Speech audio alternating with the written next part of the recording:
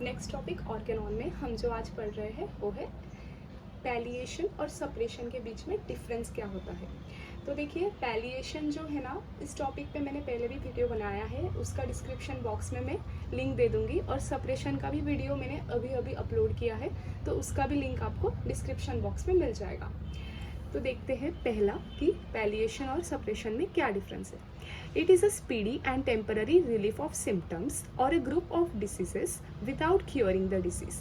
तो पैलिएशन का मतलब क्या है कि एक ग्रुप ऑफ सिम्टम्स जो है ना, वो टेम्पररी आपको उसके लिए वो सिम्टम्स से रिलीफ मिलेगा।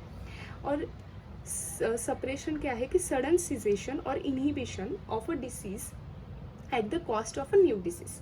मतलब यहाँ पे क्या हो रहा है, एक डिसीज चली गई और उसकी जगह पे अब नई डिसीज आ गई। Second, palliation is not advisable because only one or a group of annoying symptoms are considered and removed temporarily।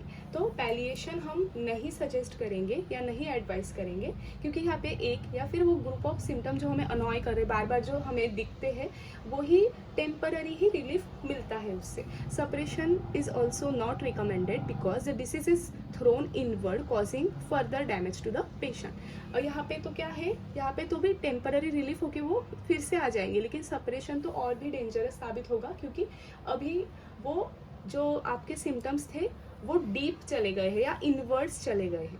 Third, this treatment is injurious because after a short relief of symptom recur in more intense form. तो यहाँ पे क्या होगा, जो अभी के symptoms है उसकी वो इंटेंसिफाई होके आएंगे, और जबकि सप्रेशन में क्या होगा, this method of treatment is wrong because symptoms are taking wrong direction, they are in reverse order of Hering's law of cure. तो ये हेरिंग सर का जो लॉ ऑफ क्योर है उसके हिसाब से पूरा उल्टा है, तो ये उतना ही हार्मफुल रहेगा। Palliation in the most urgent cases and incurable cases palliation is advisable. मतलब पैलिएशन जो है वो हम जहाँ पे सडन एक्सीडेंट हो गई या ड्राउनिंग हो गई, जहाँ पे हमारे पास टाइम ही नहीं है पेशेंट की हेल्थ में हमारा वाइटल फोर्स काम करेगा, मतलब हमारी दवाई उसके वाइटल फोर्स पे काम करेगी, इतना अगर हमारे पास टाइम ही नहीं रहेगा, तो वहाँ पे हम पैलिएशन, हैनीमन सर ने वहाँ पे कुछ जस्टिफाइबल रीजंस दिए हैं जो कि मैंने वीडियो पैलिएशन में समझाया, तो आप वहाँ पे जाके देखिए।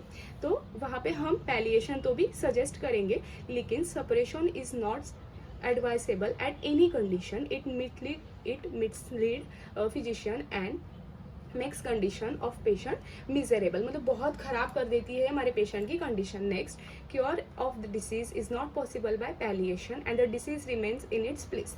तो यहाँ पे क्योर पॉसिबल नहीं है और डिसीज जो है वो अपनी प्लेस पर ही रहती है।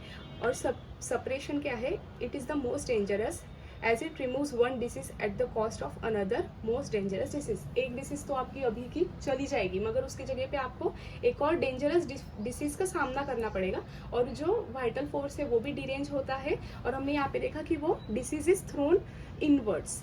तो सप्रेशन तो हम कभी भी सजेस्ट नहीं करते हैं।